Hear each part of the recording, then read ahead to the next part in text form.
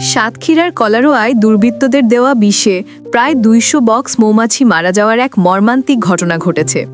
স্থানীয় আমবাগানে খামারটি স্থাপন করেছিলেন মৌচাষী ও উদ্যোক্তা ওসমান আলী। তিনি জানান, গত ২৬ নভেম্বর রাতে পরিকল্পিতভাবে তার খামারে বিষ প্রয়োগ করা হয়, যার ফলে তার প্রায় ১৫ থেকে ২০ লাখ টাকার ক্ষতি হয়েছে। ওসমান আলীর অভিযোগ, খামারের অবস্থান ও দূরত্ব নিয়ে দ্বন্দ্বের জেরে অন্য এক মৌচাষী তাকে আগেই হুমকি দিয়েছিলেন এবং এই ঘটনার সাথে তার সম্পৃক্ততা থাকতে পারে। এই ঘটনা কেবল একজন কৃষকের ব্যক্তিগত ক্ষতি নয়, বরং স্থানীয় কৃষি ও পরিবেশের জন্য বড় হুমকি। কারণ ফসলের পরাগায়নে মৌমাছি অত্যন্ত গুরুত্বপূর্ণ ভূমিকা পালন করে।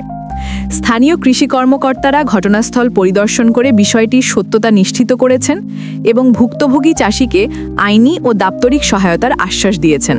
এলাকাবাসী এই অমানবিক কাজের তীব্র নিন্দা জানিয়ে দোষীদের দ্রুত গ্রেফতার ও শাস্তির দাবি জানিয়েছেন।